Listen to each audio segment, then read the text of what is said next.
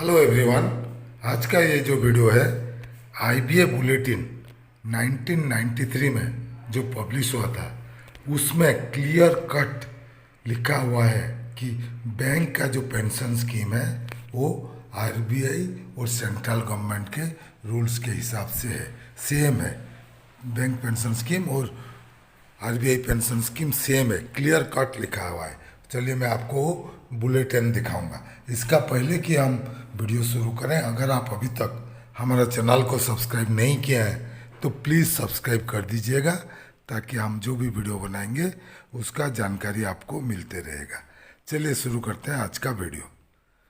ये देखिए, IBA sign settlement on computerisation and pension के ऊपर वो सेटलमेंट साइन किए हैं। पेंशन स्कीम क्या है चलिए देखते हैं। ये पेंशन स्कीम आपको दिखा रहा हूँ मैं।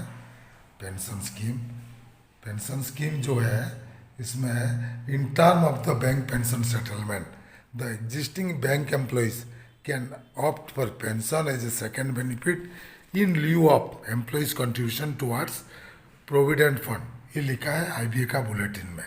However, employees joining on or after 1/11/1993 will get only pension in lieu of contributory provident fund. को सीपीएफ नहीं मिलेगा, उसके बदले में पेंशन मिलेगा।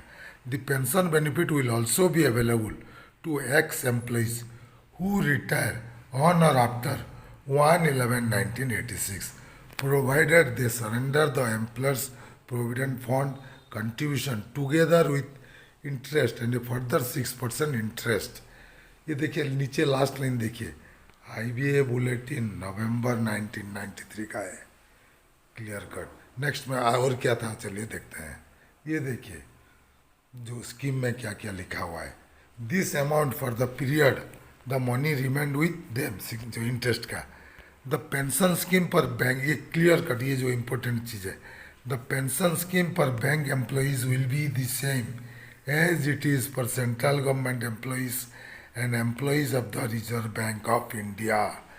The pension settlement also provide that for calculating provident fund contribution, part dearness allowances will be treated as DAPA.